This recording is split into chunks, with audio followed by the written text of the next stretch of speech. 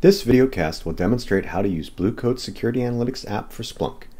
This application is available from Blue Coat's website, and you can find a link from Splunk base as well. In this situation, the app has already been downloaded, and we are going to walk through installation, setup, and usage. We begin by installing the downloaded app through the Splunk interface option of installing an app by file. Once uploaded, Splunk will need to be restarted. After logging in after restart, you will be prompted to configure the app. On the configuration screen, you will need to set the hostname or IP address for where your security analytics platform is located. Change the port if it's not running on the default HTTPS port. Change the time zone to reflect the offset from GMT where you're located, and enter a security analytics username and associated API key for that user. The API key can be found by logging into Security Analytics as the desired user and then clicking on the user's name in the top right-hand corner. From the drop-down, select Account Settings and copy the API key shown and paste that into the Splunk setup. The optional settings allow you to filter the data being imported into Splunk, or to rate limit the number of events ingested per minute. Additional configuration is required if you're using a central manager, and those steps are detailed in the installation guide. There is one more configuration step if we want to add Security Analytics Pivot Search to Splunk. Navigate to Settings Fields, select Workflow Actions. Make sure the app context is set to Blue Coat Security Analytics app for Splunk, and then click on Security Analytics Event. In the link configuration for URI, we are going to change the IP address from loopback to that of our Security Analytics platform. Once done, click on Save. When we select the Blue Coat Security Analytics app, we are taken to the default overview dashboard. On the top menu, the app has 4 areas to access. The first provides configuration and feedback. The dashboard views give general overviews. Threat views give detailed information from Security Analytics Threat Intelligence and Threat Blades, and the Search tab allows us to pivot to Security Analytics with data pre-populated.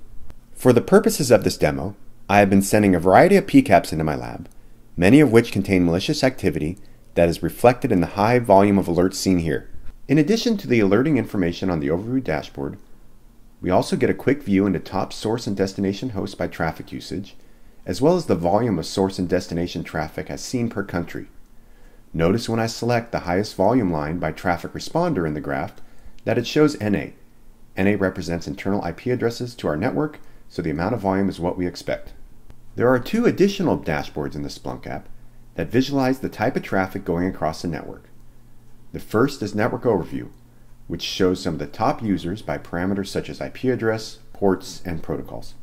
The next is Web Overview, which breaks down HTTP traffic for viewing into top hosts, most seen URLs, and top user agents seen on the network. In most of the dashboards, there are options to filter out the data from specific fields or threat levels. In this case, I am doing a quick filter to see all the activity for systems using the Mozilla web browser. The Threat View dashboards require Threat Blades on Security Analytics to fully display all the widgets in the dashboard. There are several dashboards and threat views. The default threat view page that we see here gives us an overview of what type of alerts are being seen on the network, as well as some of the top offenders and threats. Each threat blade has its own unique dashboard as well, showing only the alerts relating to that particular blade. Here we take a look at the dashboard for the web threat blade. We can see most of the alerts are stemming from malicious URLs, but we do have some files that have been accessed over the network that are malicious as well.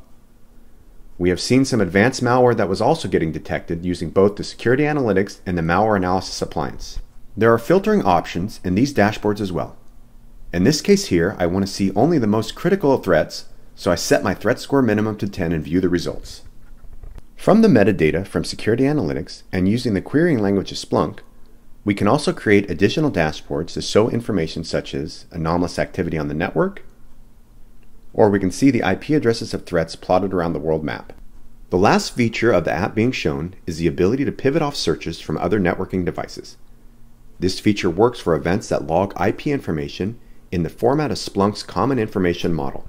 In this case, we are going to take events from SourceFire's Defense Center. As you can see, there are a large number of intrusion detection events, many of which contain the alert message for an exploit redirection kit. Using the Event Action dropdown, I can pivot into Security Analytics by clicking on Investigate IPs in Security Analytics. The window launched into Security Analytics has the IP addresses preset, and the clock is sent around when the event occurred. Investigating what other actions the host on my network did, I removed the destination IP address from the filter and click Update. Now the summary dashboard shows all the metadata from my internal host, and I immediately notice a large number of accesses to count13.php, as well as a number of strange domain names. Clicking the server widget launches server reports for more details, and I see even more of these domains that appear to be fast flux domains commonly used by cybercriminals. I start a more detailed investigation by clicking on Extractions. Now I am presented with a timeline of events that I can use to recreate the content or get more detailed information in threat intelligence. I can see all the fast flux domains are accessing count13.php, so it appears to be a bot trying to find a command and control channel still up. These accesses coincide with the information we already had in Splunk from SourceFire's Defense Center.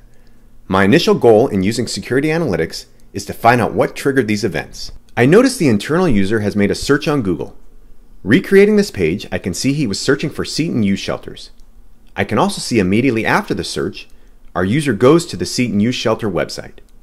What is interesting though is when I recreate the Seton Youth Shelter website, it appears that there is nothing on the page and it is blank.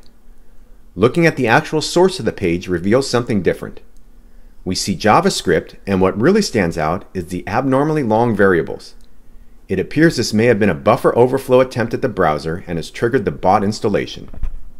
There is much more that can be shown, both during and after the event from Security Analytics, but this video is only a quick demonstration. If you want to see more about this investigation, or learn more about Security Analytics and its associated Splunk app, please contact Blue Coat Systems.